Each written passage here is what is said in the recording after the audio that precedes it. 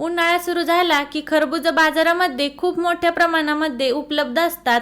प्रत्येक वेळेस आपण खरबुजे कापूनच खात असतो, म्हणून म्हटलं आज आपण खरबुजापासून शरीराला थंडावा देणारा काहीतरी वेगळा पदार्थ ट्राय करूयात। तर त्यासाठी खरबुजाचं देठ कापून घेतलं आणि त्यामधल्या बिया पण चमच्याने काढून घेतल्या।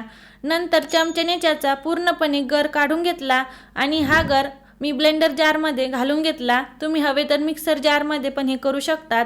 यामध्ये साखर, आईस क्यूब आणि दूध घातलं। साखरऐवजी मध देखील वापरू शकतात। झाकण लावून छान असं बारीक करून घ्यायचं। हे ज्यूस मी डायरेक्टली खरबुजामध्ये घालून घेत आहे। दिसायला खूप छान दिसतं। यामध्ये 1 चमचा भिजून घेतलेले सब्जा सीड्स आणि ड्रायफ्रूट्स टाकून मिक्स करायचं। अतिशय झटपट खरबुजाचा ज्यूस बनून तयार आहे। तुम्ही पण ह्या उन्हाळ्यात नक्की करून बघा। Please like, share and subscribe my channel. Bye bye.